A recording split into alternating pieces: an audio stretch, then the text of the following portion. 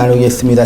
오늘부터 창세기 강의에 들어가겠습니다. 베레시트 하나님의 머리로 성전을 세우심. 창세기 1장 1절 2절 두 절을 같이 한번 읽겠습니다. 시작. 태초에 하나님이 천지를 창조하시니라. 땅이 혼돈하고 공허하며 흑암이 깊음 위에 있고 하나님의 영은 수면 위에 운행하시니라.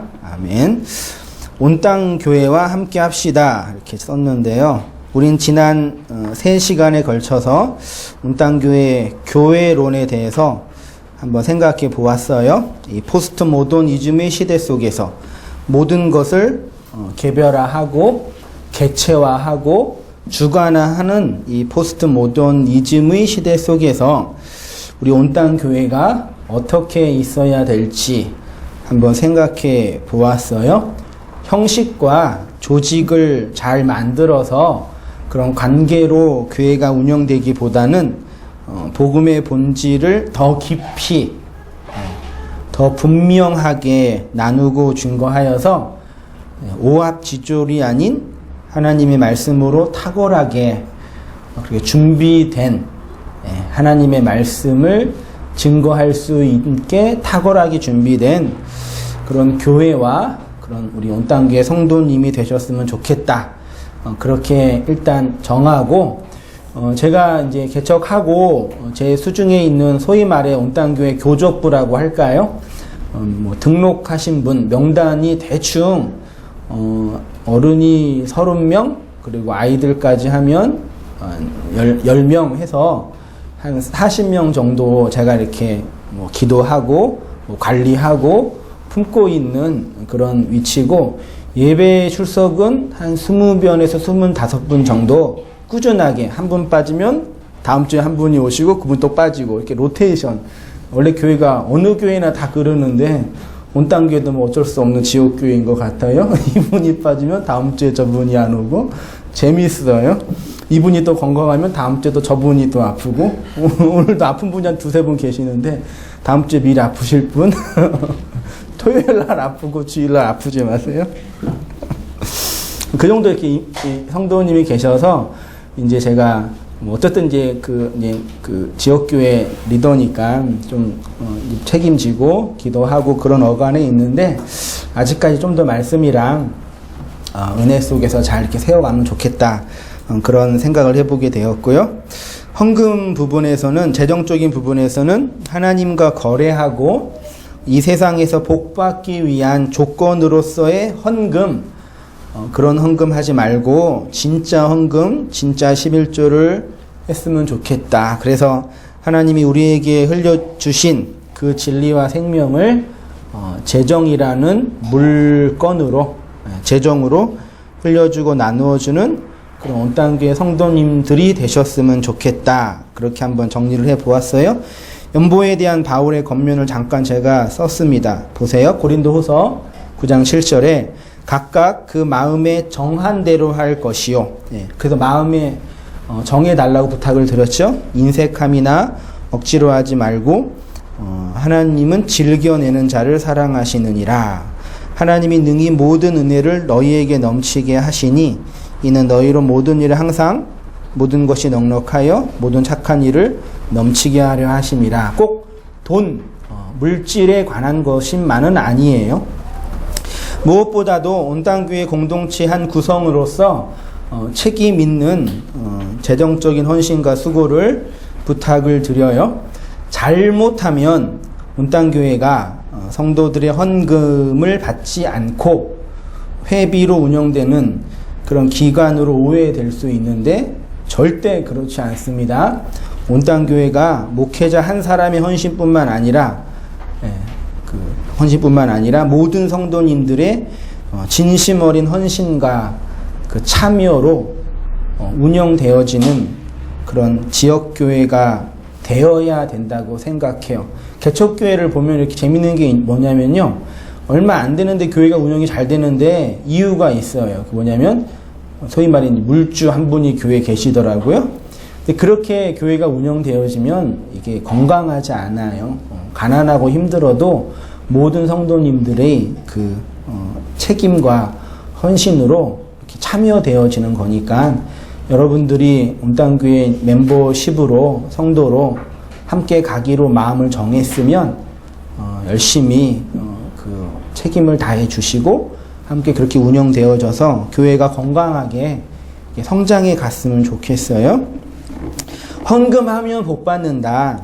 더 좋은 것으로 갚아주신다라는 그런 유아적 발상에서 헌금을 하지 말라고 한 것이지 헌금 자체를 부정하는 것이 아닙니다. 누가 그러시더라고요. 온땅교회는 헌금하면 되게 쭈삣쭈삣한 그런 교회라고 그러는데 절대 그러지 않아요. 걱정하지 마세요.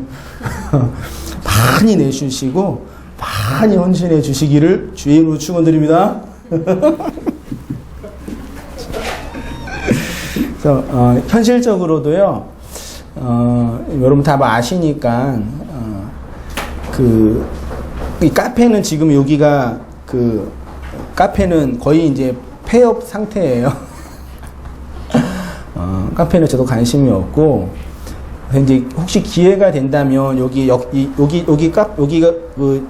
월세가 여기 역세권에서 그 시세라 그러는 시세에 비해서는 비싼 편은 아닌데 아무튼 그런 마음이 있어. 그래서 좀 아늑하고 좋은 예배 장소가 있으면 이렇게 7호선 라인쯤에 있으면 좀 옮겨서 저렴한 데를 가고 싶다라는 마음이 지금도 있어요. 또 월세라는 게 또 매년 1년마다 갱신되어지고 또 5년 지나면 또 나가라 그럴 수도 있고 그게 집 없는 사람의 서름이잖아요. 그러니까 그 현실적인 부분이 있어서 올해 가을에 좀 교회 가는 거 보고 내년쯤에 이렇게 좀 더 아늑하고 넓은 장소, 어린아이들 계속 오는데 유아실도 좀 만들어 놓고 그 다음에 유아 담당 교육자도 세우고 그래서 자모들도 좀 편안하게 예배 드리고 그런 꿈이랑 바람이 있는데 그런 어간이 우리 교회가요. 그러니까 여러분들이 절대 그 인색함이나 억지로 하지 마시고 사업도 잘 되면 좋겠지만 제가 뭐 기도한다고 될 건 아니지만 해서 풍성하게 기꺼이 내주셨으면 좋겠다. 그게 이제 부탁을 드리고 다만 다른 뭐 오순절 교회나 그런 교회들처럼 돈 내면 하나님 복 주시고 책임져 주시고 그런 걸 제가 얘기를 못하는 그런 구조니까 이렇게 이제 진심어리게 부탁을 드리니까요. 또 그렇게 되고 또 혹시 주위에 돈 많은 친구 있으면 전도 열심히 하셔서 헌신시켜서 그렇게 또 세워갔으면 좋겠고 건강하게 교회가 세워갔으면 좋겠다라는 게 마음이니까요. 재정적으로 헌신해 주시고 참여해 주시면 이렇게 또 주님의 일을 감당하는데 큰 도움이 될 수 있을 것이라고 생각이 듭니다. 아시겠죠? 네. 오늘부터는 창세기 성경 강의를 하도록 하겠습니다. 말씀을 전하는 설교자로서의 영광과 꿈은 성경 전체를 예수 그리스도의 십자가와 복음으로 해석하고 나누는 거예요. 그런 의미에서 저희의 성경의 첫 번째 책인 창세기를 강의하려고 해요. 제가 만약에 특별한 일이 없으면 30년 정도 성경을 강의할 수 있거든요. 그때까지 계실 분이 계시겠죠? 그래서 또 넓게 보고 이제 성경에 대한 이해와 신학적인 틀을 가지고 창세기를 공부하고요. 누가 그러시더라고. 한세희 목사 온땅교회에 장점이 하나 있다. 그게 뭐냐? 한세희 목사가 순수한 것과 그러나요? 그 다음에 두 번째로는 아직 나이가 좀 젊어서 그나마 가능성이 있다. 그러니까 좀 앞으로 지금은 좀 부족한 게 있지만 앞으로 발전할 가능성이 있다. 그렇게 말씀하시는 분이 꽤 계셨어요. 그래서 그런 좀 넓게 좀 보면서 말씀을 강의하고 함께 말씀 나누고 지금 충분하지 않아도 좀 이렇게 기다려주고 함께 배우면서 갔으면 좋겠다 생각이 들고요. 그 주일날에는 창세기 강의를 하고 이제 주중에 하는 그 성경 공부는 산상수훈 하고 있는데 이제 산상수훈도 거의 막바지에 들어가고 있어요. 그래서 마친 다음에 뭐랄까 하다가 성경의 끝책인 계시록을 하면 어떨까 생각이 들어요. 그래서 좀 계시록이 좀 어려운 책이기도 하지만 성경 창세기와 계시록 같이 공부하면서 좀 성경의 품을 함께 나누고 증거하고 그랬으면 좋겠다 생각이 듭니다. 여러분에게 부탁을 드리는 것은 장기적으로 생각을 하시면서 성경을 통해 계시된 하나님의 비밀을 잘 담을 수 있는 그런 마음, 그런 품을 여러분도 준비해 주셨으면 좋겠고요. 그냥 설교 한 편 들으시면서 설교가 이게 문제다, 저게 문제다, 어렵다, 뭐 길다, 가난하게 판단하지 마시고 좀 넓게 보세요. 그렇게 해서 집을 세워가는 거니까 그렇게 해서 앞으로 온단계 어떻게 성장해 가고 발전해 갈지는 모르겠지만 그렇게 그런 하나님의 일에 같이 동참하고 감당해 갔으면 좋겠다라는 것이 부탁입니다. 오늘 좀 사설이 길었네요. 태초에 하나님이 천지를 창조하시느니라, 이 부분을 원문을 좀 근거해서 직역을 하면요 이렇게 할 수 있습니다. 태초에라가 이게 히브리어로 베레시트라는 단어인데 이게 머리란 뜻이에요. 그래서 머리 안으로 엘로힘, 하나님들 복수형이에요. 그 직역을 이렇게 좀 어색하게 한 겁니다. 하나님들이, 엘로힘이 bara 창조했습니다. 뭘요? 그 하늘들, 샤마임이라는 단어인데 이게 쌍수예요. 그러니까 한글에는 단수와 복수뿐이 없는데 히브리 문법에는 쌍수는 짝이거든요. 그러니까 하늘이 짝이란 얘기예요. 하늘들과 그 땅, 에레츠를 창조했습니다. 그렇게 직역할 수 있습니다. 그래서요, 기독교를 한마디로 말하면 태초에 하나님이 천지를 창조하셨습니다. 기독교는 이 안에 다 내포되어 있다라고 생각이 들어요. 한글로 몇 단어와 몇 문장으로 된 구절이지만 이 안에 성경 전체의 유전 정보와 DNA가 담겨져 있다고 생각이 들어요. 난자와 정자가 만나서 엄마 뱃속에서 그 수정이 되면 세포가 되잖아요. 그 세포 안에 앞으로 그 생명이 살아갈 모든 것들이 담겨져 있지요. 지금은 작은 생명이지만 시간을 통해서 무한하게 성장해 가잖아요. 그것처럼 창세기 1장 1절이 그렇게 하나님의 구속사와 성경 전체의 이야기가 담겨져 있는 거예요. 그 이후에 하나님의 말씀으로 펼쳐지는 놀라운 구속사가 나타나 있는 거죠. 우리는 성경의 역사와 여러 인물들을 보면서 하나님의 구속사가 어떻게 확장되어 가는지를 확인할 수가 있는 것입니다. 그런데 그 하나님의 구속사는 오직 누구만 알아요? 하나님의 영을 받은 사람들만 알아요. 그래서 성경을 뭐라 그래요? 복음을 비밀, 무스테리온이라고 합니다. 누가복음 8장 10절 보세요. 이르시되 하나님 나라의 무엇을요? 하나님 나라의 비밀을 아는 것이 너희에게는 뭐가 됐어요? 허락이 되었으나 다른 사람에게는 뭘로요? 비유로. 그러니까 복음, 하나님 나라의 비밀이 어떤 사람에게는 알려졌고 어떤 사람에게는 비밀이 된 거예요. 이는 그들로 보아도 보지 못하고 들어도 깨닫지 못하게 하려 함이라. 그래서 복음을 알고 있는 어떤 사람이 복음을 모르고 있는 어떤 사람에게 이게 통용이 되는 거예요. 예수님 믿지 않는 남자친구나 다른 사람이 복음에 관한 이야기를 할 때 넌 어떻게 이걸 알게 됐니? 물어보면 뭐라 그래요? 몰라 그러게 되죠. 그러면 복음을 알지 못하는 그 사람이 진짜 복음을 알면 어떻게 해야 돼요? 복음의 비밀이 허락이 돼야 되잖아요. 그럼 어떻게 허락이 돼요? 그 사람이 그 복음 앞에 무릎을 꿇을 때 가능한 거죠. 고린도서 4장 1절 사람이 마땅히 우리를 뭐라요? 그리스도의 일꾼, 이 복음을 알고 있는 사람을 뭐라 그래요? 뭐라 그래요? 일꾼이라고 해요. 일을 하는 사람, 하나님의 비밀을 맡은 자, 그 무스테리온, 비밀을 전하는 자를 무스타고그라고 하잖아요. 에베소서 6장 19절 또 나를 위하여 구할 것은 내게 뭘 주사요? 말씀을 주사. 온땅교회를 위해서 기도해 주실 때 한서희 목사를 위해서 기도하고 계시죠? 예? 해 주실 때 에베소서 6장 19절의 말씀을 붙잡고 기도해 주었으면 좋겠어요.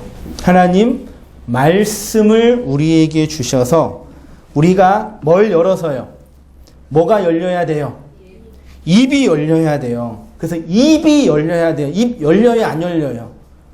안 열리잖아요. 말씀을 들을 때 성경 공부할 때는 맞아요 그런 것 같아요 그러는데 딱 가서 말을 하려고 하면 말 못하죠? 그게 왜 그래요? 충분히 안 차서 그런 거. 내 안에서 그 말이 생명으로 소화되지 않아서. 입을 열어서 복음의 비밀을 뭐하게 해요? 담대히 알리게 하옵소서 할 것이니. 그 비밀스러운 복음의 내용을 사사로이 풀면 인간의 보편적인 이성과 양심에 맞는 틀로 해석하여서 하나님을 오해하고 곡해하게 됩니다. 하나님은 이런 오해와 곡해 속에서 믿는 것을 뭐라 그래요? 우상이라 그래요. 우상은 기독교 외에 다른 종교를 믿는 것, 돼지 머리에 절하고 다른 상에다 절하는 것이 우상이 아니라 성경으로 계시된 하나님을 인간의 보편적인 욕망으로 믿는 것, 바라보는 게 우상이에요. 저를 보세요. 그러니까 하나님을 우상으로 믿는다라는 얘기를 할 때 우상이 만들어지는 메커니즘이 있거든요. 흔히 헬라어에서 사물을 바라보는 관점을 4개의 단어로 설명하는데 그게 블레포, 그 다음에 에이돈, 호라오 그런 다양한 언어가 있는데 그냥 우리의 눈으로 사물을 바라보는 것을 에이돈이라고 하거든요. 다 그런 건 아니지만 그냥 우리의 시력으로 사물을 목적하는 것으로 그냥 봐요. 그래서 사물의 겉모습만 보게 되면 그 겉모습으로만 보게 되는 것이 나의 욕망으로 그것이 나의 욕망이 되거든요. 그러니까 사물을 겉으로 보게 돼서 겉으로 드러난 그것으로 내가 욕망하게 되면 그게 우상 숭배가 되는 거예요. 그러니까 에이도로 겉모습으로 보게 되고 그것을 그렇게 보게 되는 것을 에이돌론이라고 하고 그것을 뭐라 그래요? 아이돌, 우상이라 그러거든요. 아이돌이 뭐예요? 요즘 어린 그 아이돌 있잖아요. 걔네 아이돌이 우상인데 걔네가 뭘 해요? 특징이 뭐예요? 그냥 겉으로만 드러난 걸로 드러나죠. 외모만. 그게 우상이 되는 거예요. 그러니까 하나님도 우리가 우리의 눈으로 바라보는 그 관점으로 계속 바라보면은 그것이 우상이 되는 거예요. 이해되셨으면 좋겠어요. 그러면 우상 숭배에서 벗어날 수 있는 길은 뭐예요? 그 사물이 내용에 담고 있는 의미를 설명해낼 때 그것이 우상 숭배에서 벗어나는 거죠. 제가 각 주에 그렇게 적었는데 한번 보세요. 우상이 만들어지는 원리는 피조물이 하나님을 보고 그 하나님을 자신의 욕망으로 해석하는 것에서 출발해요. 그러나 복음으로 해석되는 하나님은 인간의 욕망으로 하나님을 보는 것이 아니라 하나님이 말씀으로 자신을 계시하고 해석하시는 것에서 시작되는 거죠. 하나님을 바라보는 인간 안에서 그래서 인간이 우상 숭배의 길에서 돌이킬 수 있는 유일한 길은 뭐예요? 성경을 통해서 해석된 하나님을 알 때 가능한 거예요. 그러니까 우상 숭배자들에게 특징이 뭐냐면 해석되어지는 경전이 없는 거예요. 설명되어지는 하나님이 없는 거예요. 우상 숭배에서 돌이킬 수 있는 길은 뭐예요? 하나님을 해석하고 하나님을 설명해야 되는 거란 말이에요. 그러니까 그 해석되어진 하나님을 통해서 겉으로 드러나는 하나님이 아니라 그 안에 내용으로 설명되어지는 하나님이 내 안에 인식될 때 그 하나님이 진짜 하나님이 되는 거지, 그냥 겉으로 드러나는 하나님을 보게 되면 그게 우상이 되는 거죠. 그러니까 그리스도의 영을 받지 못한 자가 인간의 보편적인 욕망, 그 욕망으로 하나님을 구상화하고 하나님을 그대로 믿으면 나도 모르는 사이에 어떤 사람이 된다고요? 우상 숭배자가 됩니다. 내가 욕망하고 내가 바라는 그 하나님을 내가 믿는 거죠. 그래서 복음의 비밀을 알고 있는 그리스도의 일꾼, 하나님의 비밀을 맡은 자들을 통해서 복음이 전수되고 전달되어지는 거예요. 그런 의미에서 성도님들께 한 번의 권면을 드리면요. 성경의 내용과 좀 진리에 대해서 조금 더 집중해 주시고 관심을 가져 주셨으면 좋겠어요. 말씀을 나누고 증거하면서 어떤 마음이 들 때가 있냐면요. 이분들이 별로 하나님의 말씀에 관심이 없는 것 같다라는 생각이 들 때가 있어요. 물론 천차만별이겠지만 어떤 분은 말씀을 사랑하고 사모하겠지만 여전히 많은 분들, 온땅교회에 와서 말씀 나누고 있는 여러분들조차도 별로 말씀에 관심이 없는 것처럼 보여요. 예를 들어 볼까요? 여러분이 아무것도 안 할 때, 혼자 있을 때 뭐 하세요? 뭐 하세요? 그 말씀 가지고 소위 말해 묵상하거나 그 말씀을 마음에 담고 기도하는 생활을 하세요? 여러분을 율법적으로 정죄하려고 이 말씀을 드리는 게 아니라 별로 안 하는 거예요. 그러니까 어떤 생각이 드냐면 별로 말씀에 관심이 없네? 그런 생각이 들 때가 꽤 많이 있어요. 그냥 설교, 좀 기다란 설교, 조금 다른 설교 듣는 거 외에는 차이가 뭐냐고요. 혼자 계실 때 뭐 하세요? 목사님 피곤해서 그냥 퍼져요. 혼자 있을 때 내 모습이 진짜 내 모습이죠. 아무도 안 보고 있을 때 그 나가 진짜 나예요. 그러니까 물론 함께 모여서 공동체로 모여서 함께 말씀을 나누고 상고하고 공부하는 건 기본이고요. 오늘날 한국계 비판하고 뭐라 하는데 교회가 뭘 안 하냐면 이걸 안 해요. 함께 모여서 함께 말씀을 나누는 것도 제대로 안 하니까 그러면 그 사람들이 집에 가서 개인적으로 역사 속에 있을 때 그 말씀 앞에 서겠냐고요. 그러면 돼요, 안 돼요? 시인의 고백을 들어보시기 바랍니다. 나의 영혼이 주의 구원을 사모하기에 피곤하오나 뭐 한대요? 나는 주의 말씀을 바라나이다. 나의 말이 주께서 언제나 나를 안위하실까 하면 내 눈이 주의 말씀을 바라기에 피곤하니이다. 주의 말씀을 열면 빛이 비치어 우둔한 사람을 깨닫게 하나이다. 131절 보세요. 내가 주의 계명을 사모함으로 내 입을 열고 뭐 했어요? 헐떡였나이다. 내가 날이 밝기 전에 부르짖으며 주의 말씀을 바라싸우며 주의 말씀을 조용히 읊조리려고 내가 새벽녘에 눈을 떴나이다. 새벽에 일어나서 하나님 돈 주세요. 문제 해결해 주세요. 이거 해결해 주세요. 그런 기도하지 말라고 했지. 누가 기도하지 말라고 했나요? 이 돈 드리면 하나님이 복 주시죠? 하나님 내가 열심히 드릴 테니까 30배, 60배 복으로 채워주세요. 그렇게 헌금하지 말라 그랬지. 누가 하나님께 드리지 말라 그랬어요. 그러니까 그런 율법적인 기준과 근거가 없으면 기도를 안 하는 성도들이니까 그렇게 목살이 달달 볶는 거예요. 그렇게 조작하면서요. 대부분 다 그러시더라고요. 누가 그러면 기도하겠냐. 그러니까 진짜 기도를 하시라고요. 프로슈코마이라는 진짜 헌금을 하시라고요.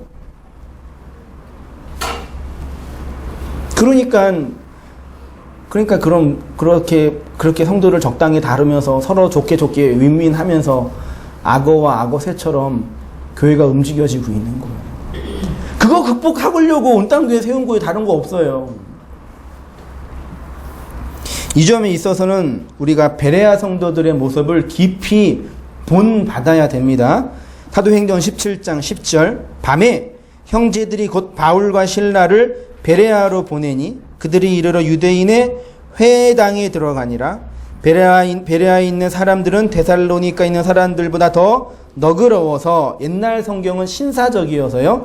뭐한대요? 간절한 마음으로, 이거는 완전한 오역입니다. 간절한 마음이 각주를 보면 뭐예요? 헬라어에 파스로 되어 있는데 이게 올이에요. 올. 모든 마음으로예요. 모든 마음으로 뭐 했대요? 말씀을 받고 그 받은 말씀이 그러한가 하여 날마다 뭐 한대요? 성경을 상고해요. 두 가지예요. 베레아 성도들은 모든 마음으로, 그러니까 저를 보세요 여러분. 우리 각자의 마음밭이 있는데 가장 중요한 핵심적인 마음이 있고 두 번째 마음, 세 번째 마음이 있어요. 하나님의 말씀이 우리 안에 들어올 때 겉을 뚫고 계속 들어가 마음 깊은 곳을 파헤치고 들어가거든요. 근데 사람들을 보면 어떤 심리가 있냐면 첫 번째 마음은 열어주고 두 번째 마음은 열어주는데 마지막 그거 하나는 열어주지 않아요. 심리적으로 그래요. 저희가 그러니까 하나님 이것까지는 제가 할 수 있어요. 그러나 이 마지막 이거 하나는 못해요. 그래서 모든 마음이에요. 어느 한 영역이 아니라 어느 한 부분이 아니라 나의 모든 마음을 다 열어서 그 말씀을 받아내야지 그 말씀이 내 생명이 된다고요. 그렇게 열어서 뭐 한대요? 그 말씀이 그러한가 하여 성경을 상고했지요. 이게 그 말씀이 그러한가는 뭐냐면 저렇게 말한 설교가 맞죠? 점검하고 테스트한 게 아니라 그 말이 내 안에 들어와 나를 판단하고 나를 심판하고 나를 해석하는 거예요. 우리가 말씀을 판단하는 게 아니에요. 물론 성도는 설교자가 말씀을 잘했는지 분별해야 되지만 그런 차원이 아니라 제가 이 시간에 말씀을 가지고 여러분에게 말씀을 증거하지요. 그렇죠? 그러면 그 말이 제 말이에요? 하나님 말이에요? 잘 생각하세요. 말씀을 제가 대연하잖아요. 설교하잖아요. 가르치잖아요. 그 말은 제 말이에요? 하나님 말이에요? 제 말이에요? 하나님 말이에요? 하나님 아니라 그러면 좀 그렇고 제가 누구 말을 해요? 우리 아버지의 말을 하지요. 예. 네. 그치요? 그러면 아버지의 말을 하면 그 아버지는 누구 아버지예요? 여러분 아버지죠. 제 아버지도 되지만 그 같은 아버지 모시고 있잖아요. 그래서 이심점심으로 전수되는 거라고 하잖아요. 여기에서 인간이 목사가 말씀을 근거해서 성경을 근거해서 말을 할 때 그 말은 한성민 목사의 언어이고 말이고 신학적인 견해가 내포되어 있지만 그 말을 그렇게만 들으면 돼요? 안 돼요? 안 돼요. 그 말 속에 누구의 말이 있어요? 여러분 아버지의 말이 있잖아요. 그 말을 받아서 그 말이 그러한가 하여 그 말이 나를 심판하고 판단하고 정죄하여 나를 새롭게 한다는 차원에서의 상고지 그 설교자가 말을 잘했는지 못했는지 점검하는 차원이 아니란 말이에요. 여기에서 말을 설교자가 하는데 그 말 속에 여러분 아버지의 말을 들으셔야죠. 그렇죠? 그걸 듣고 마음에 담아 양식으로 있을 때 그게 복음의 비밀을 담지한 무스테리온을 담지한 무스타고그가 되고 그게 복음의 비밀을 전하는 주의 일꾼이 되는 거예요. 그런 사람만 기도할 수 있고 그런 사람만 전도할 수 있고 그런 사람만 구제할 수 있는 거예요. 왜 우리가 기도하지 못하는지 아시겠어요, 여러분? 그러니까 이거 틀렸어, 요거 잘못됐어, 요거 문제야, 그거 가지고 안 돼요. 어저께인가 당진의 설교 들으실 텐데 상관없네요. 당진에 있는 어떤 성도님이 이렇게 온땅교회를 알게 돼서 설교를 들었는데 지난주 설교가 제목이 뭐였어요? 돈 그랬잖아요.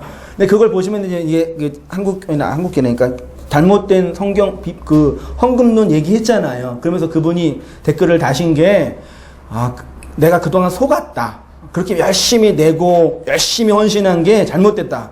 근데 꼭 그게 아니에요. 여러분 율법이 나빠요? 하나님이 우리에게 은혜를 뭘로 주셨어요?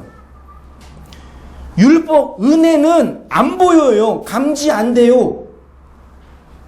율법을 통해서 은혜를 아는 거예요. 이게 율법이 좋아요, 나빠요? 율법이 없으면 은혜 몰라요. 진짜 헌금 내려면 힘에 지나도록 헌금해 봐야 돼요, 율법적으로. 그래야지, 내가 잘못했구나, 알게 되지요. 근데 오늘날 은혜를 말한다고 하는 분들, 은혜를 이해한다고 하는 분들이 그 율법 자체를 무시하고 내팽개쳐요.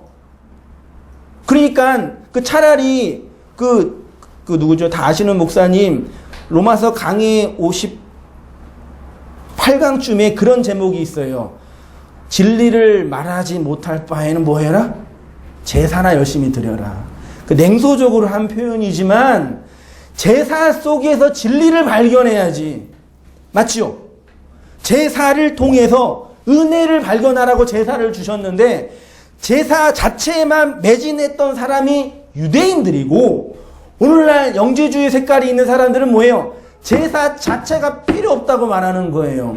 그런 사람들 은혜 모르는 분들이에요. 진짜예요. 이 땅에 살고 있는 우리인데요.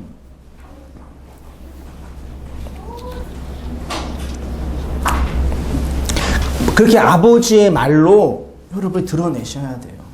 그런 간절함이 있으시냐고요. 말씀에 깊이 함몰돼야죠. 집에 가셔서 이런 좋은 교회가 어디 있어요. 설교 원고 주고 또 설교도 들으라고 또 음성도 주고 또 죄송해요. 잘난 척해서. 성경 읽기 부담스러운 원고 잘 읽고 제 설교 내용에 성경 본문이 꽤 많이 들어가요. 확인하셔요. 묵상하시고 큐티하시고 정리하시고 너무 날로 드시려고 그러시는 것 같아요. 그럼 절대 못 들어가요, 여러분이요. 그건 제 말이지 여러분 말이 아니에요.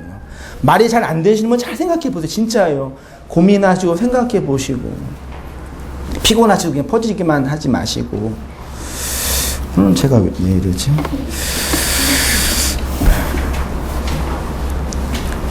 태초에라는 단어가 베레시트입니다. 이게 전치사 베이트와 머리, 첫째, 시작, 처음, 맏아들이란 단어의 레시트로 조합된 단어예요. 이 레시트는 로시라는 단어에서 왔어요. 이 로시를 사전을 찾아보니까 구약 성경에 600번 이상 나온 매우 중요한 단어예요. 뜻이 머리 혹은 꼭대기 혹은 처음이라는 단어거든요. 그러니까 베레시트라는 문자 안에 있는 내용적 의미를 보면요. 끝에서부터 보세요. 한번 이거 많이 보셨죠? 베레시트는 이건 암송하세요. 집에 가서 한번 써보세요. 진짜 요거라도 설레이지 않나요? 저는 히브리어 처음 공부할 때 그렇게 설레였거든요. 신대원 들어가면은 1월, 2월, 3월 달 동안 집중훈련 받거든요. 언어를요. 근데 다 죽으려고 그러는데 그렇게 설레어서 내가 너 이제 드디어 언어를 가지고 큐티할 수 있다. 그런 기쁨 몰랐나? 요거는 보세요. 근데 끝에 볼 때 보세요. 타우, 요드, 신이 있는데 십자가로 건네준 로시, 머리로 베이트 뭐 한대요? 집을 짓겠다. 이게 태초에 베레시트라는 문자와 단어 안에 있는 의미예요. 그러니까 하나님이 태초, 시간과 공간 이전에 하나님들 안에서 어떤 계획과 의지가 있으셨는데 그 계획과 의지는 뭐였냐? 내가 언약, 타우, 십자가를 통해서 로시, 머리로 뭐 하겠다? 베이트, 집을 짓겠다. 집은 뭐예요? 성전, 성막, 교회, 성도, 그게 그리스도겠죠? 그걸 짓겠다라고 이미 베레시트 언약 안에 내포되어 있는 거예요. 그러면 그 집을 하나님이 어디에다 짓겠다 그러시는 거예요? 네? 공릉동 615-22 2층에다 집을 짓겠다 그러죠? 그래서 우리가 열심히 기도하고 헌금 내서 이 건물을 사야죠. 할렐루야. 어떤 분이 저를 위해서 기도해 주는 게 꽤 많거든요. 곳곳에 권사님들이. 근데 기도해 주시는데, 3명마다 기도하시는데, 그래서 뭘 기도하시냐고, 그 건물 사게 해달라고.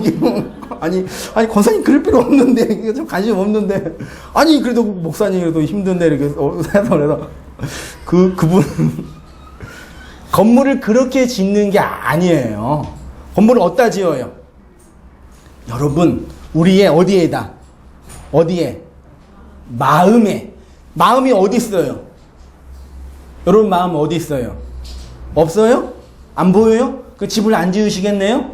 마음에 집을 짓죠. 그러면 지어진 마음이 역사 속에서 어떻게 흘러나와요? 역사를 통해서 그 마음이 외부로 흘러나오죠. 그러니까 마음의 집을 짓겠다라는 얘기는 어디예요? 역사와 인생을 통해서 하나님의 집을 지어 가겠다라는 하나님의 의지가 담겨져 있는 거예요. 그러니까 베레시트라는 이 문자와 성경을 보면서 성경의 독자인 교회는 뭘 알게 돼요? 아, 하나님이 나한테 복 주고 힘 주고 나를 천국으로 인도해 주고 내가 어려울 때 도와주고 사업의 문제를 해결해 주고 그런 하나님이 아니라, 물론 그렇게 해주시겠지만 그런 분이 아니라 집을 짓겠다고 하시네? 내 마음 속에, 내 역사 속에 그걸 알아먹는 거예요. 누가요? 하나님 백성만이요. 모르는 사람들은, 우상숭배자들은 하나님을 그냥 자기 욕망으로 끌어당겨서 내가 이 땅에서 얻고 싶은 것들을 자꾸 추구해 가는 거예요. 그래서 기도하고 헌금 내잖아요. 그거 하지 말고 진짜 기도와 진짜 헌금 내자고 하는 거예요.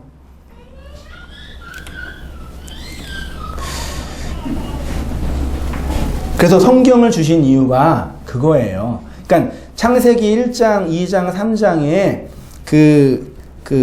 하나님 세상을 창조한 거는 이게 두 가지로 나누어지는데 이 눈에 보이는 이 세상을 창조한 게 아니라 뭘 창조한 거예요? 하나님의 교회와 백성을 창조한 것을 설명해 주는 거예요. 사실은요. 뭐 이거 견해가 있지만 하나님의 머리를 통해서. 그러니까 성경이 하나님의 백성이 된 우리에게 말씀하는 거예요. 내가 머리를 통해서 너희 안에 나의 집, 성전을 세울 것이다. 그 성전이 너희의 마음과 역사 속에서 하나하나 세워져 가고 있다. 그거를 말씀을 듣고 있는 성도는 확인하고 직감하게 되는 거죠. 아, 그렇게 내가 이 땅에서 하나님의 집으로, 하나님이 거하실 처소로 하나하나 지어져 가고 있구나. 그래서 고난의 의미가 이거고 번영의 의미가 이거이며 성공이 이거이구나라고 이 역사를 해석해내지요. 그래서 우상숭배에서 돌이키게 되는 거예요. 계시록에 가면 지옥에 가는 사람이 뭐예요? 살인하는 자, 간음하는 자, 우상숭배자예요. 이게 다 그 얘기예요. 그러니까 하나님의 나라란 부분입니다. 천국, 하나님의 나라는 하나님께서 미리 만들어 놓으시고 내 말을 잘 들은 사람들은 천국이라는 좋은 곳으로 들여보내고 내 말을 잘 듣지 않는 사람은 지옥으로 던지고, 그런 유아적 개념이 그게 없다는 얘기 아닙니다. 그것의 본질은 뭐냐면 천국은 뭐예요? 이 지옥이라는 이 고통의 바다라는 이 역사 안에서, 땅에 갇혀있는, 흙으로 먼지로 갇혀있는 역사 안에서 우리를 뭘로 만들어요? 하나님의 나라로, 천국으로 만들어 가는 거예요. 이 역사 안에. 그러니까 나중에 하나님 말 안 들어가지고 지옥으로 집어넣는 것이 아니라 이 지옥이라는 세사와 역사 안에서 하나님의 백성과 교회를 만들어 가는 거죠. 쉽게 말하면 천국은 뭐예요? 뭐예요? 여러분, 자신, 우리예요. 우리가 하나님의 나라로, 하나님의 천국으로 하나하나 지어져 가는 거예요. 누가 천국이라고요? 여러분이요. 하나님의 나라가 뭐라고요? 여러분이요. 내 안에서 그 하나님의 나라와 하나님의 뜻이 하나하나 이루어지는 거고, 그렇게 된 것을 구원받았다. 구원이 이루어진다. 두렵고 떨림으로 너희의 구원을 이루라 라고 말씀하시는 것입니다. 그래서 창세기 1장 1절 이후에 이 로시라는 머리가 점진적으로 계시되어지고 발전되어집니다. 몇 가지만 제가 창세기만 찾아봤어요. 창세기 2장 10절. 강이 에덴에서 발원하여 동산을 적시고 거기서부터 갈라져 몇 개의 근원이요? 4개의 머리로. 이게 로시예요. 에덴 동산은 이 땅에 세워지는 하늘나라, 하늘성전의 모형이라고 했습니다. 그 성전에서 온 땅에 생명을 주는 뭐가 흘러나와요? 물이 몇 개로? 4개로. 그래서 하나님의 물, 에메트, 진리, 말씀이 이 역사 속에 몇 개로 흘러 퍼져요? 4개로. 그래서 우리에게 그 4개의 물을 던져준 것이 뭐예요? 마태, 마가, 누가, 요한의 4개의 복음이에요. 하나님이 우리에게 율법은 몇 개로 주셨어요? 율법은 10개로 주셨죠. 그래서 이스라엘 백성에게 열의 계명, 10계명을 주셨는데 그 10계명을 애굽에 있는 믿지 않는 하나님을 욕망하는 하나님과 대적하는 자들이 10계명을 받게 되면 어떻게 돼요? 10가지 재앙에 빠져버리는 거예요. 그러니까 10가지 재앙이랑 10가지 계명은 똑같은 거예요. 하나님의 말씀을 내 욕망으로 받으면 그게 10가지 재앙이 돼요. 근데 10가지 말씀을 주셨는데 예수님은 그 10가지의 계명을 몇 개로 설명해 주셨어요. 산상수훈에서. 살인하지 말라, 간음하지 말라, 거짓 증거하지 말라, 원수를 사랑하라라는 4개의 복음으로 주셨죠. 그럼 4개의 복음은 마지막 몇 개로 완성이 돼요? 사랑으로 완성이. 여러분, 하나님을 사랑한다, 이웃을 사랑한다는 얘기는 이 살인하지 말라, 간음하지 말라, 거짓 증거하지 말라의 의미가 뭔지 알아서 형제, 하나님의 원수들에게 그 사랑 흘려주고 나누어주는 게 사랑하는 거예요. 그래서 사랑하면 형제를 뭐 하게 돼요? 용서하게 되는 거예요. 복음을 알게 되면 맨 먼저 나타난 그 괴물과 같은 하나님의 원수가 누구예요? 나잖아요. 그래서 복음을 알면 가장 먼저 용서를 누가 해요? 내가 나를 용서해요. 여러분 잘 들으세요. 내적 치유나 뭐 이런 게 중요한 게 아니라 복음은 가장 먼저 누구를 용서하게 만들어요. 근데 오늘날 교회에서 말씀을 듣고 공부를 하면서도 끝끝내 마지막 하나 누구 용서 못해요? 다 용서 못해요. 용서하셨어요? 누구를? 나를. 지금까지 살아온 그 나에게 사랑을 흘려주어서 용서하셨어요? 근데 여러분 심리학적으로나 상담하다 보면요 그렇게 자기 자신을 용서하는 사람이 별로 없어요. 그래서 다른 사람들을 미워해요. 내가 나를 풀어줘야 돼요. 이 역사 안에서. 잘 못 풀어요. 그래서요. 그 누가 나를 심판해 궁극적으로요. 생각해 보세요. 그 창조주가 온 우주의 크기가 몇인지 아세요? 말도 할 수 없잖아요. 온 우주를 창조한 그 무한하신 하나님이 그 먼지 아무것도 안 보이는 그 피조물인 인간을 심판하려고 그 지옥을 만들어 놓으셨겠어요?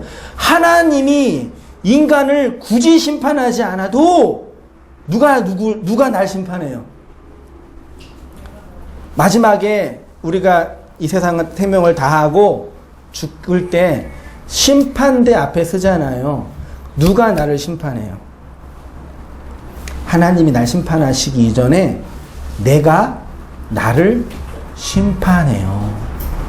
네? 그래서 내가 나를 용서 못해서 심판받는 거예요. 근데 이 하나는 분명히 기억하세요. 여러분 자신을 용납하고 용서하는 사랑이 없으면 그게 안 돼요. 말씀을 잘 듣고 나를 용서해야 돼요. 그럼 나를 용서하려면 뭐가 있어야 돼요? 뭐가 있어야 돼요? 사랑이 있어야 돼요. 사랑이 없는데 어떻게 용서해요? 창세기 3장 15절입니다. 내가 너로 여자와 원수가 되게 하고 너의 후손도 여자 후손과 원수가 되게 하리니 여자의 후손은 내 머리 로시를 상하게 할 것이요 너는 그의 발꿈치를 상하게 할 것이니라. 이것도 제가 자주 말씀드렸던 거 기억나죠? 한번 읽어만 볼게요. 여자의 후손이 뱀의 머리를 상하게 한다라는 것은 뱀의 머리는 단순히 하나님을 대적하는 사탄만을 의미하는 것이 아니라 그 사탄, 하나님의 대적자 안에 누가 포함되어 있어요? 내가 포함되어 있죠. 그래서 하나님이 나의 머리를 자르고 하나님의 로시를 세우신다라는 창세전 베레시트의 언약이 3장에서 구체적으로 확장된 거예요. 창세기 11장 4절 또 말하되 자 성과 대를 쌓아 대의 꼭대기, 이 꼭대기가 로시로 되어 있어요. 하늘을 닿게 하여 우리 이름을 내고 온 지면에 흩어짐을 면하자. 창세기 11장에 있는 바벨탑 사건은 인간이 자신의 욕망으로 하늘, 로시에 올라가자. 이 본문을 보면요. 하늘에 닿게 하였는데 닿게 하여는 원문에 없어요. 그러니까 인간의 머리로 하늘의 머리가 되자. 그 뜻이에요. 그걸 하나님 부신 거예요. 이렇게 인간이 자기의 욕망과 의로 하늘의 머리에 닿게 하는 것이 부서지고 복음은 하나님의 머리가 우리에게 내려오는 것으로 설명이 돼요. 그것이 창세기 28장에 있는 야곱에 관한 이야기입니다. 몇 가지만 추렸습니다. 꿈에 본즉 사닥다리가 땅에 섰는데 그 꼭대기 로시가 어디에 닿았고요?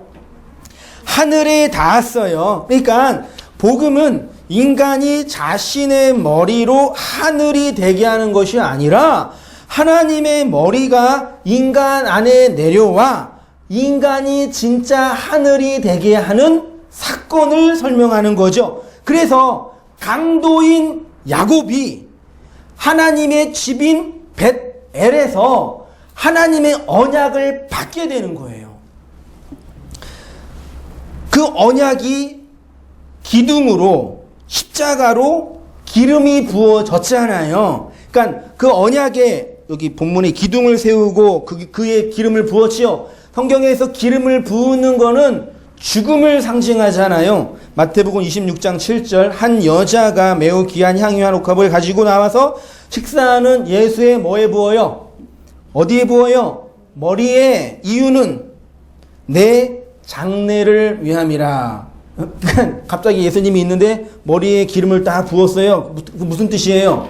예수님 빨리 죽으세요. 나에게 필요한 건 당신 머리예요. 그 신앙 고백하는 거예요. 창세기 40장을 보면요. 우리의 역사를 상징하는 지옥이라는 감옥에 갇혀있는 세 사람이 나옵니다.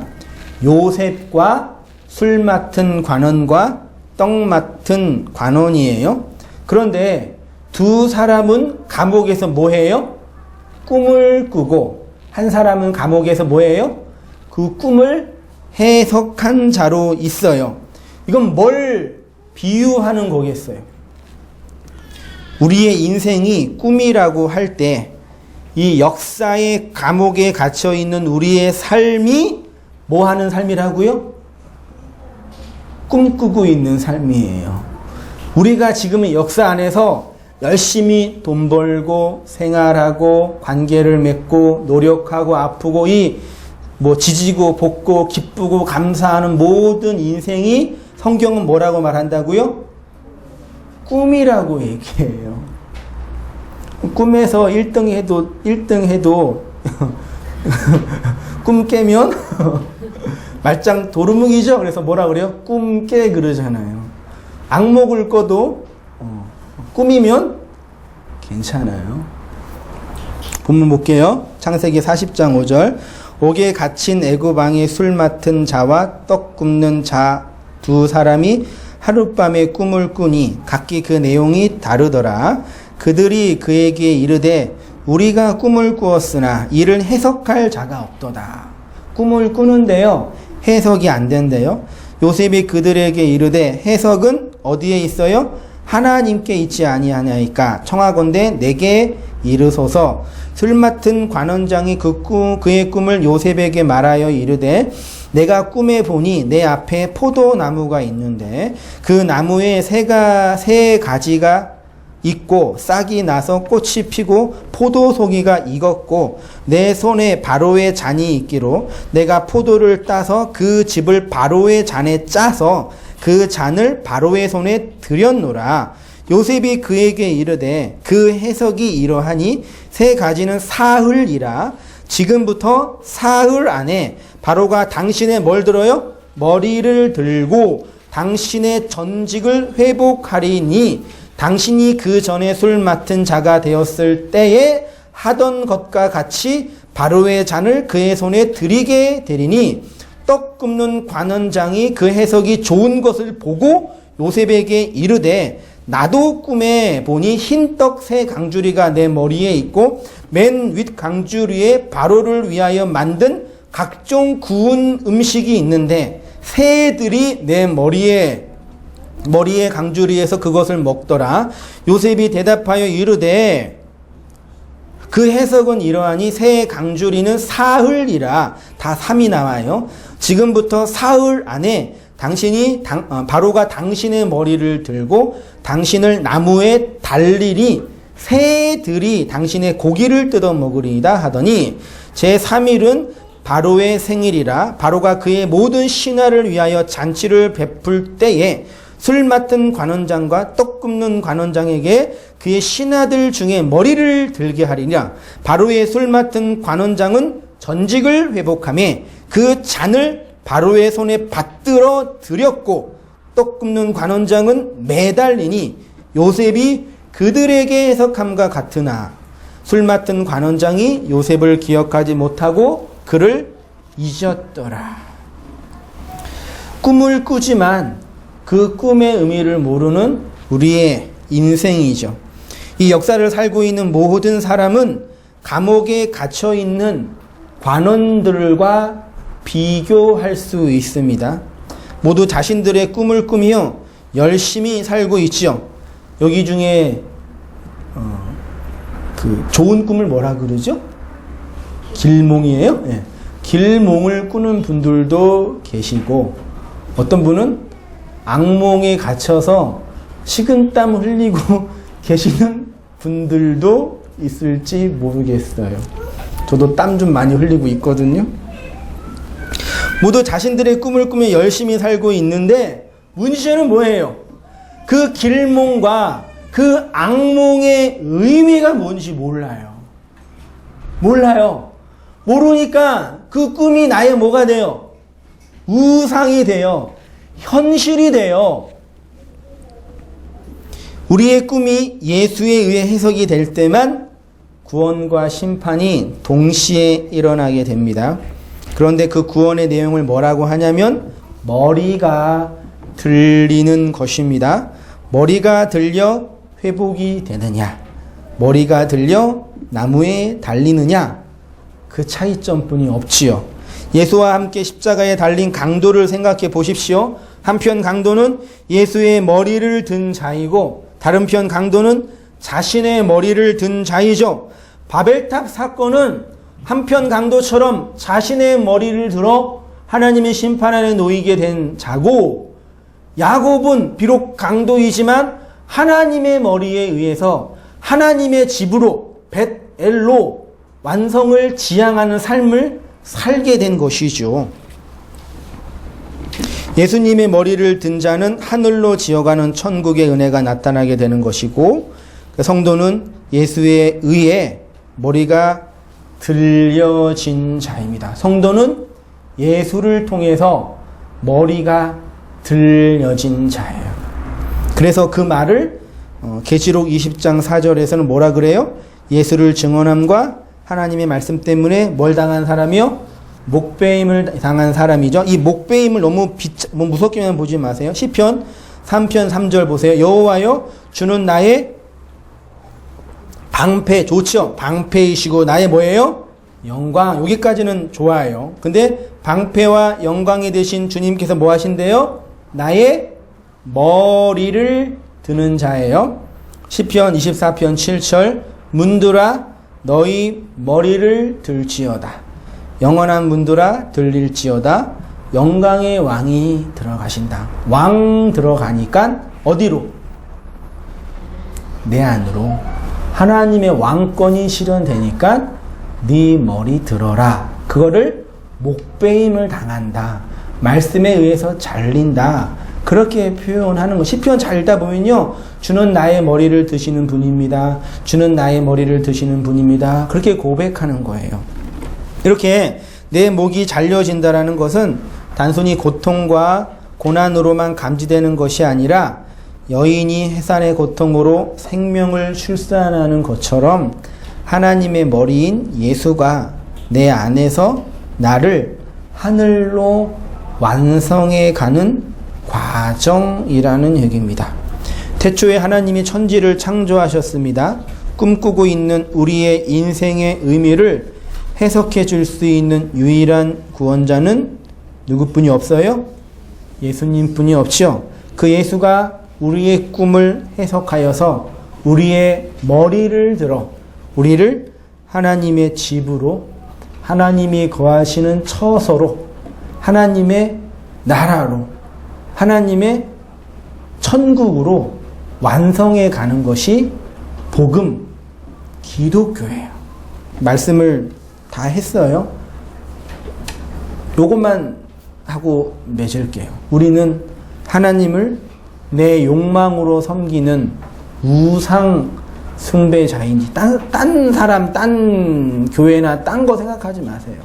우상 숭배자인지 아니면 하나님에 의해서 나의 머리가 들려 하나님의 집으로, 성전으로 완성해 가는 자인지 내 인생과 마음과 역사를 통해서 확인해 보시고 진정한 교회로 완성돼 가고 서로 보면서 격려하고 힘주고 함께 세워가는 그러한 복음의 공동체가 되었으면 좋겠습니다. 기도하겠습니다.